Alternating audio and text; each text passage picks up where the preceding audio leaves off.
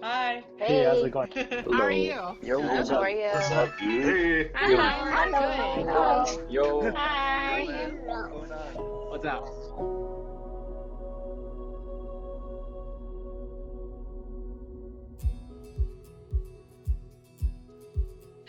Oh my gosh.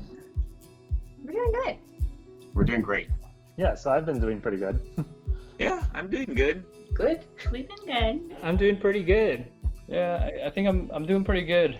Things are crazy.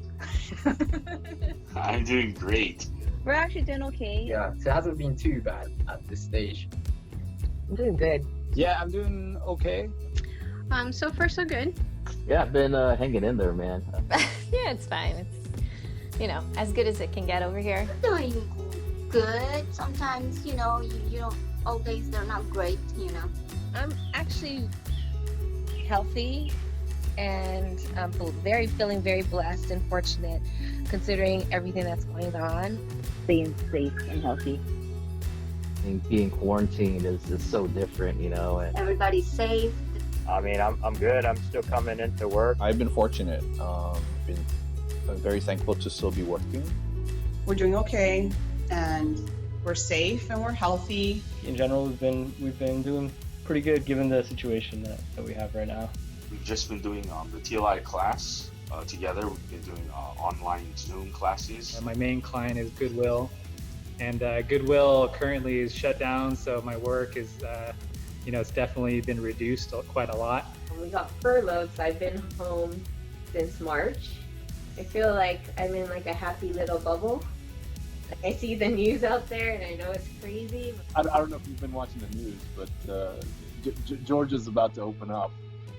Yeah, so a little bit scary there. But I mean, luckily, I'm in a position where I get to work from home for the time being.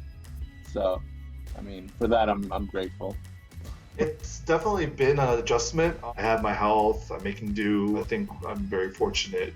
The nice thing about all this is I'm getting to spend a lot of time with my parents, to spend a lot of time with my brother. Thankfully, I haven't been sick. I tested my antibodies and I came back negative, so I never had the virus. We're really grateful to God that all of my family, including my parents who live next door, we're all healthy. Taking everything in stride day by day and just trying to, find joy every day and stay sane. But day by day positive outcomes, and hopefully, we'll all be out of this soon, right? For everyone.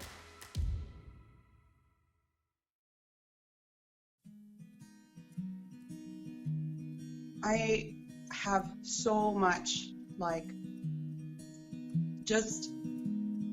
don't even know if grief is the right word, but there's so much anxiety.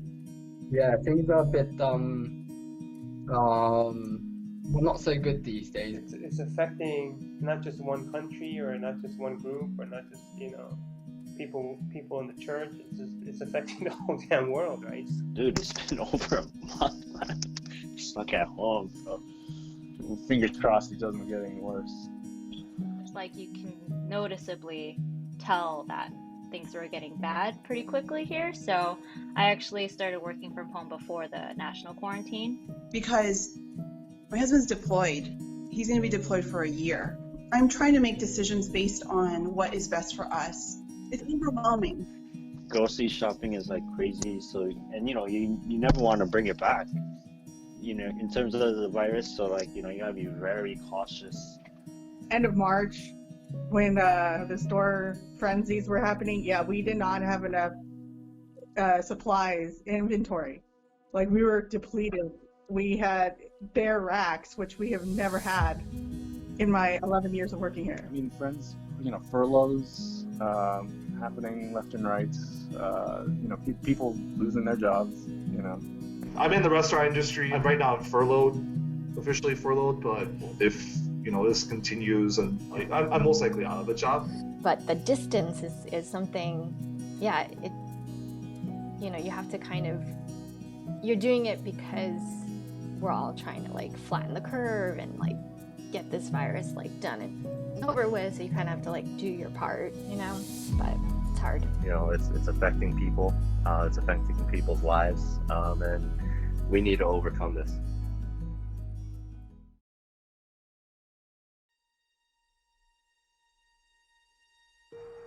So those out there in lockdown, working from home, maybe not working at all, not working at all, maybe not working at all, isolated with family, or under quarantine. Under quarantine alone.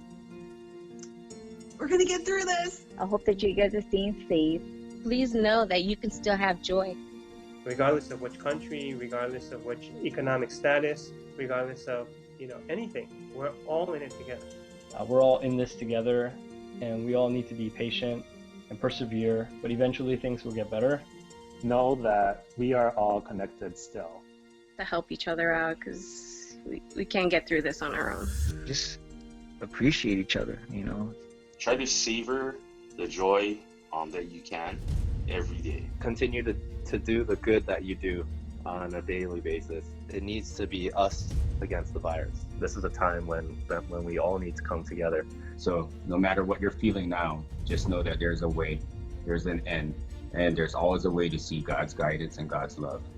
We're all brothers and sisters, and we're all trying to help one another. God the Parent urges us to get to know each other better, to find something deeper within each other, and to help each other through difficult times. The best way to think about it is that we'll get through it together. Kind of just focus on the now, hold on to faith that there is another side, and that we're gonna make it. I think Tenrikyo is a religion of action. We do the service, we do the osasuke, and we now have to be physically apart. I think this is a call for us to help each other. While we are physically apart, we can still be, I think, emotionally close. even though we are separated, we are never truly apart from one another. It's really brought people together, and so we're all in this together, and staying home is essential as well. So like really everyone plays a role. We are all in this together. Any way that you can feel connected, I think, is really important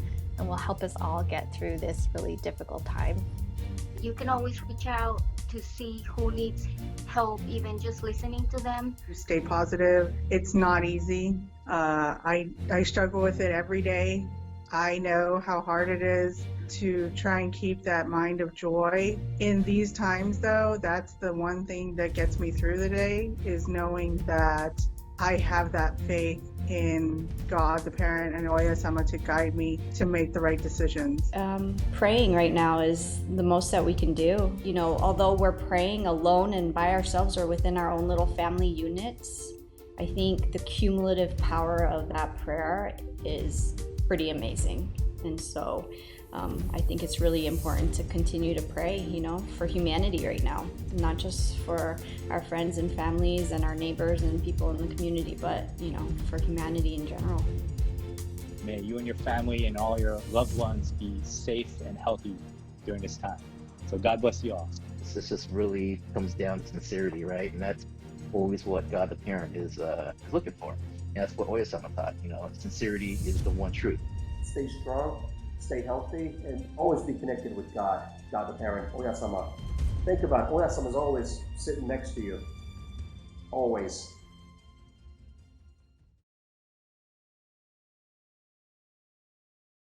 My father was diagnosed with COVID-19. I mean, it was tough.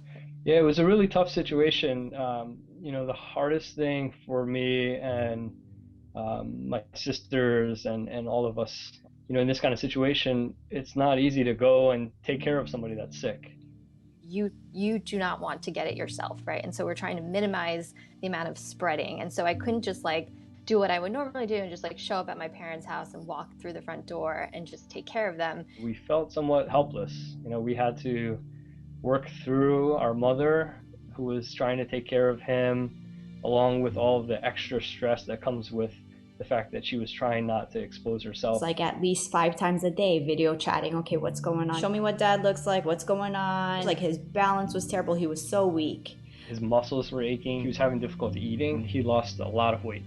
Breathing was more difficult, and his blood oxygen, you know, levels were much lower than they should have been. When we started to see that it was actually really getting quite serious for my dad, it was pretty scary. Yeah. But the hospitals in the New York City area were just so overwhelmed that they would not admit him. and they said it wasn't bad enough, and they sent him home. A week later, the situation got worse, and we had our mother call 911, and the local ambulance came, and they said the same thing. Symptoms are worse, but they still said, hey, look, we can drive you to the hospital, but they're probably not going to admit you. So you're probably better off just staying home and, persevering at home. It was really challenging because there wasn't, and even now, there's not a whole lot of great information or lots of different information on the internet and the news and things like that. So it was a little bit hard to know, whether things were getting better or worse or. I mean, it was just like, yeah, was I holding it together? No, not really. Was there a lot of crying and tissues? Yeah, a lot. Was there like emotional praying? Oh yeah, tons of that. So the power of prayer, like honestly, like I really don't think without those prayers, like I think that's what helped. I think where we started to see an improvement was his appetite was coming back. He's a trooper. And he finally started to drink more fluids. He started to ask for certain things to eat. So that was a good sign that his taste was coming back. He's doing a lot better now, not exhibiting any symptoms anymore. The weight's coming back because he's eating more. For me, I think, the learning experience I had with this was how real it was, knowing somebody firsthand. And it's really interesting, I live in an area that the situation hasn't been too bad. It's Western New York, 6 hours away from New York City. It's interesting because we have friends here that maybe are more nonchalant about things. I was probably like that until my father got sick. This holds true for a lot of people. Like if you're not seeing it directly within your own environment or, within people like close to you and you're not directly related to it, in some way you don't realize the gravity of the effect that it could have. Having seen how bad it could be, my wife and I and our family, we are extremely cautious now because it's just not worth the risk of getting sick. I don't want that, and I don't want that anybody else to have to go through that as well.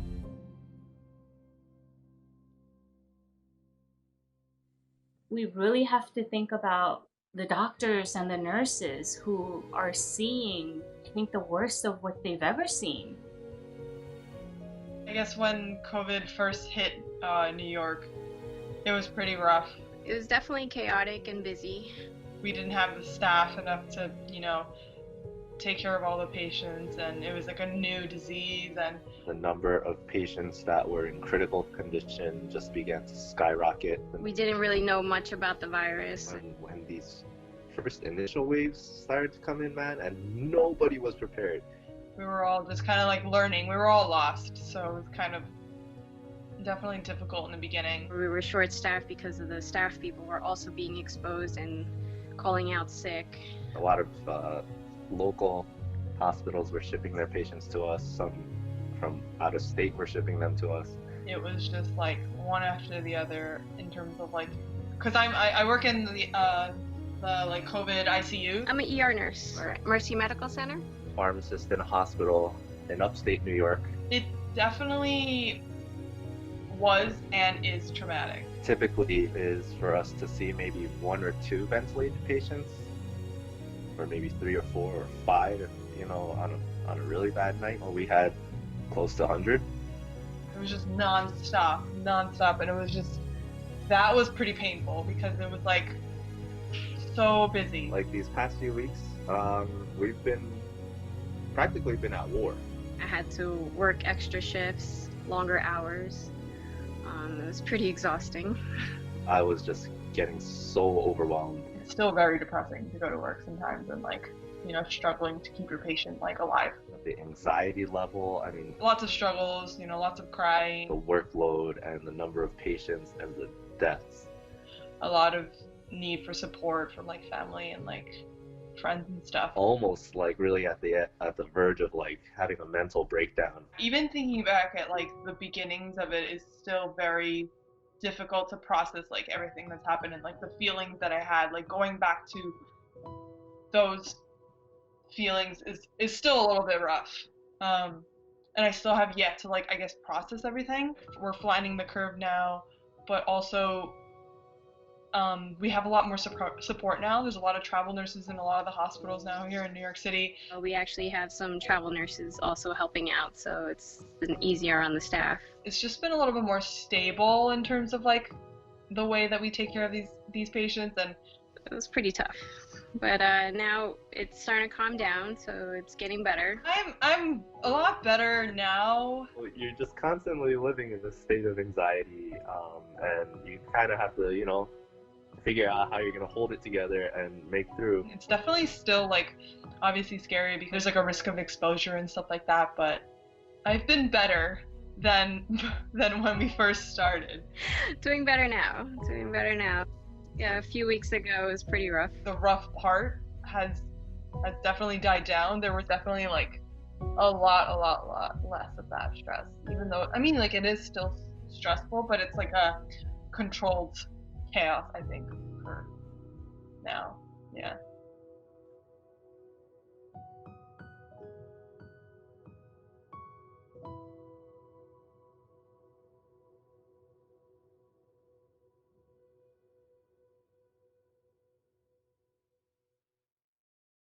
To the first responder. To the first responder. To the first responders, the frontline warriors. Frontline warriors.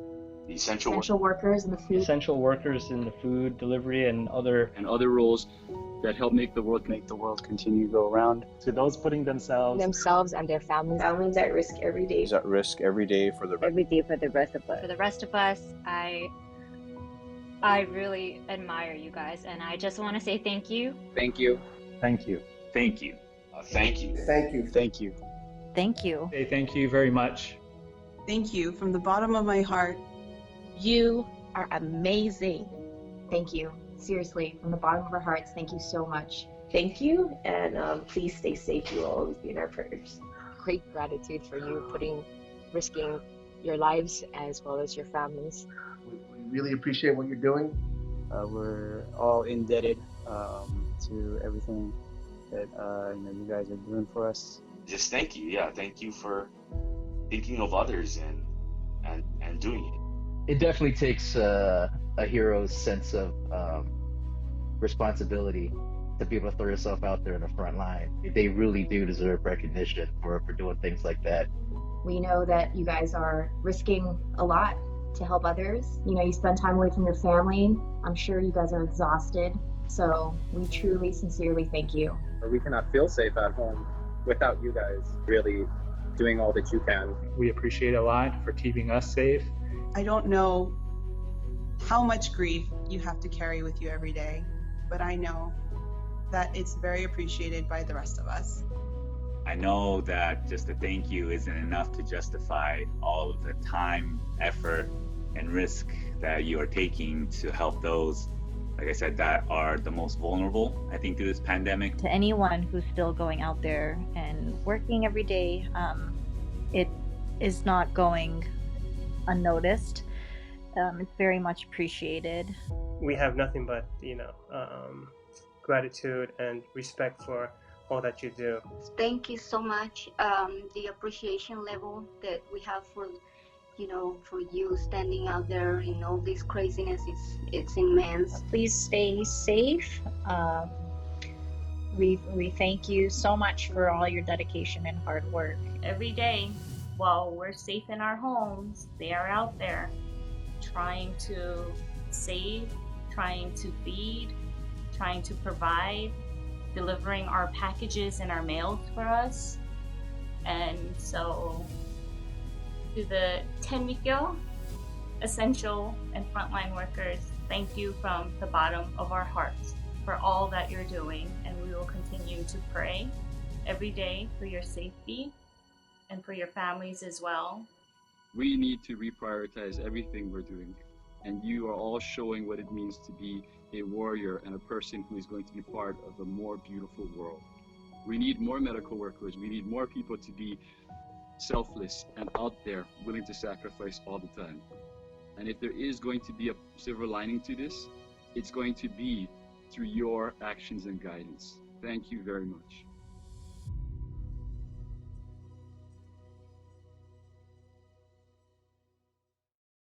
I guess a lot of people have been contemplating, like, you know, what is this message from God? Like, what is the world and God the Parent telling us? Reflecting on this time, like, as a Tenrikyo follower, as a yoga, for like, what does this mean for us? And when we're told during this kind of time, in the middle of this time, that it's a time to reflect, yes, it is.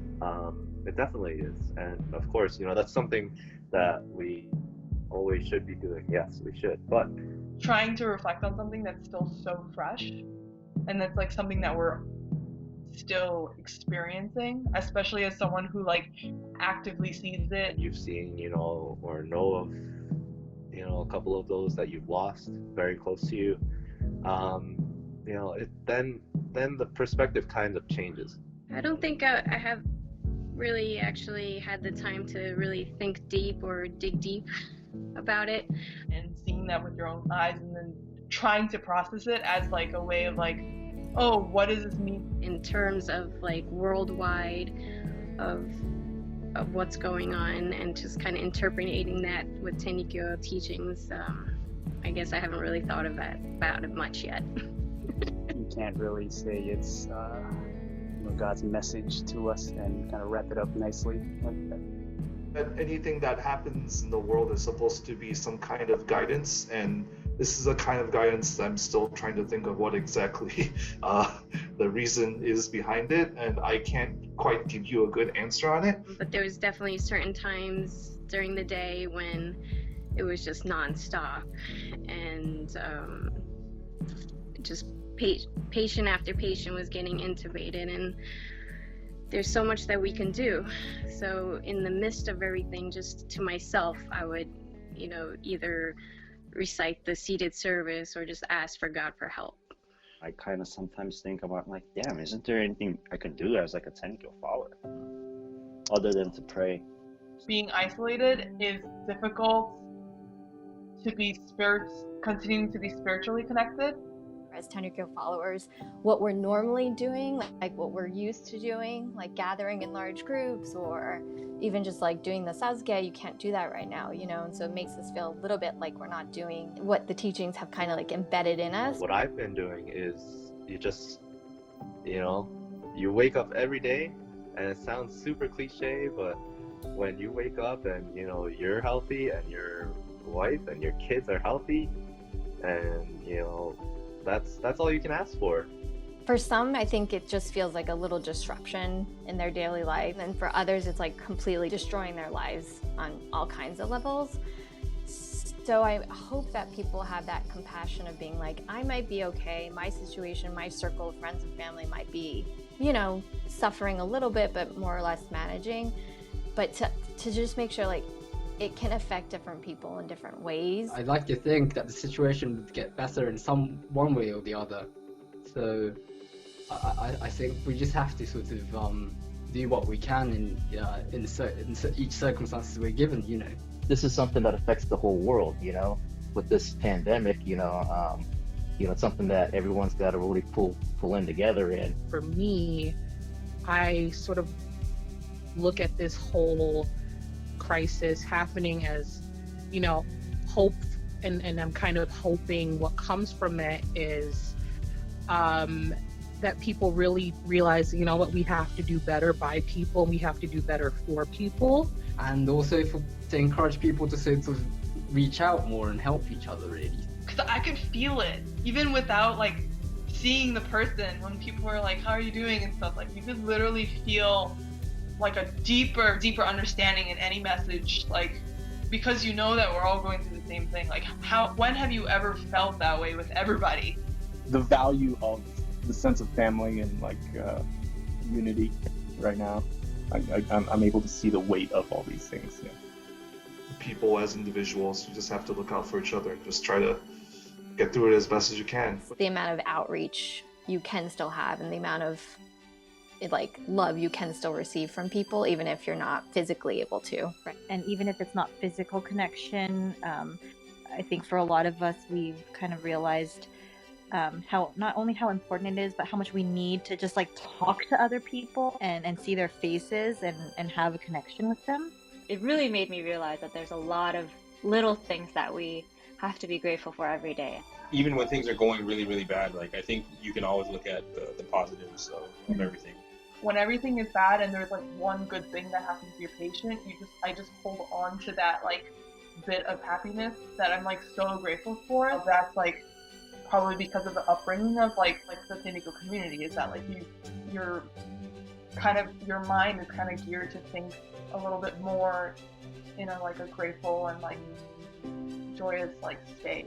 By having these kinds of situations, we are able to deepen our faith so that we are able to help others who are in need. And I think by being a Tenrikyo follower, we are able to strive to be on a more joyous path. You're sort of forced to think about what matters when everything is sort of taken away. And I think I think everyone's sort of struggling with that. As you start stripping away everything outside that we think we need, we really come to understand the basic, the necessity. Reflect on, what we take for granted. Focus on things that are more important. We're reestablishing those connections.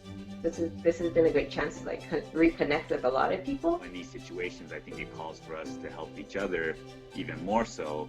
Think of those around us as, family. It's been really beautiful seeing the amount of people that prioritize people more than anything else, looking out for each other. We're all in this together, and the only way we can overcome this is if we help each other out.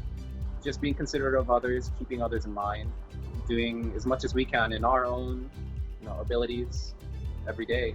The rest, we just gotta lean on God during these difficult times.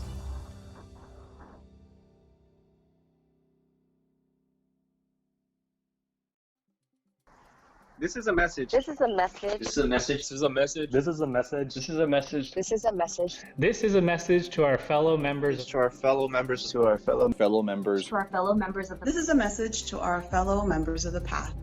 To all those out there. To all those out there during this time of quarantine, lockdown, and crisis. Know that you are not alone. That you are not alone. Not alone. You're not alone. Know that you are not alone.